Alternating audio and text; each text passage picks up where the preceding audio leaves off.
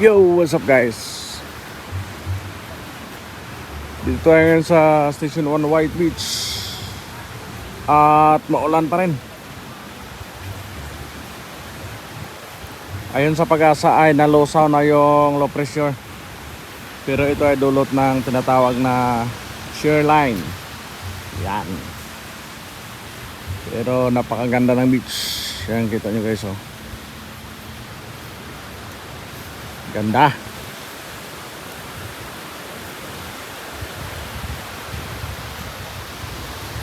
Medyo malakas yung amihan. Kaya pag sa bulabog ay maalon doon. Yan, enjoy pa rin yung crystal kayak.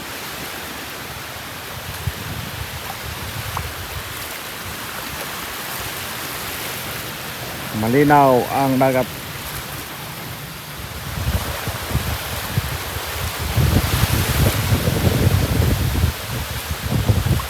Dito guys sa Boracay, kahit bagyo, hindi lumalabo yung tubig dito dahil sa white sand. Yan, oh. Kumbaga ay walang putik yan dyan hanggang doon sa unahan.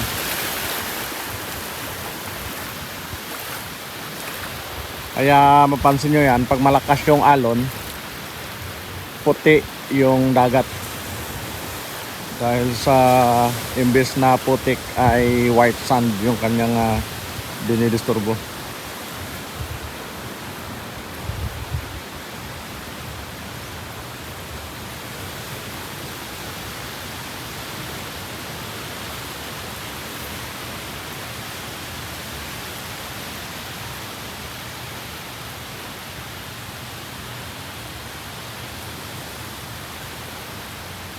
Maaga pa.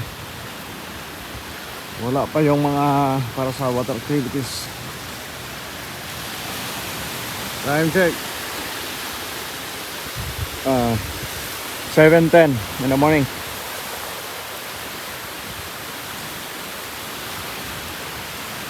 November 20, 2023.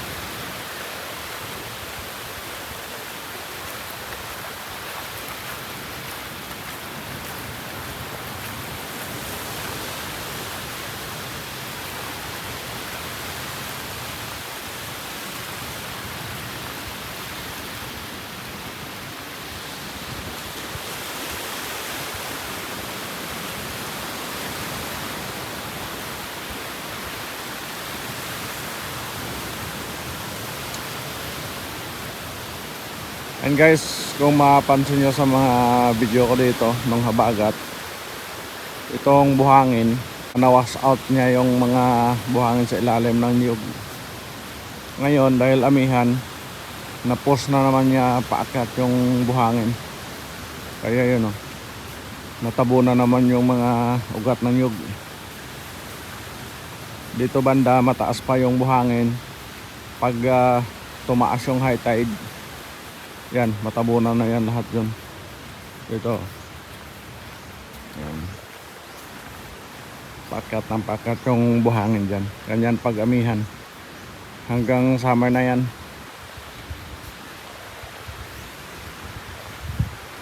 Tapos pag naghabagat kasi, mawas out niya ulit yung buhangin. Palayo dun.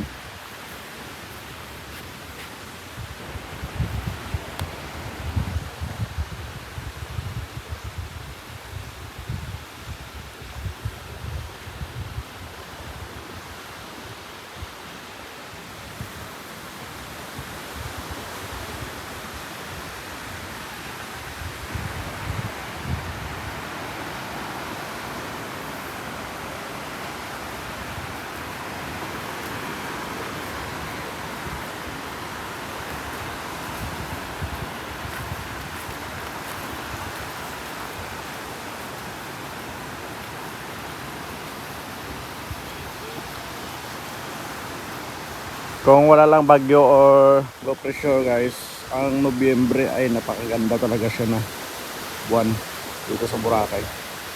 Dahil kakatapos lang ng habagat. Tapos wala pang algae.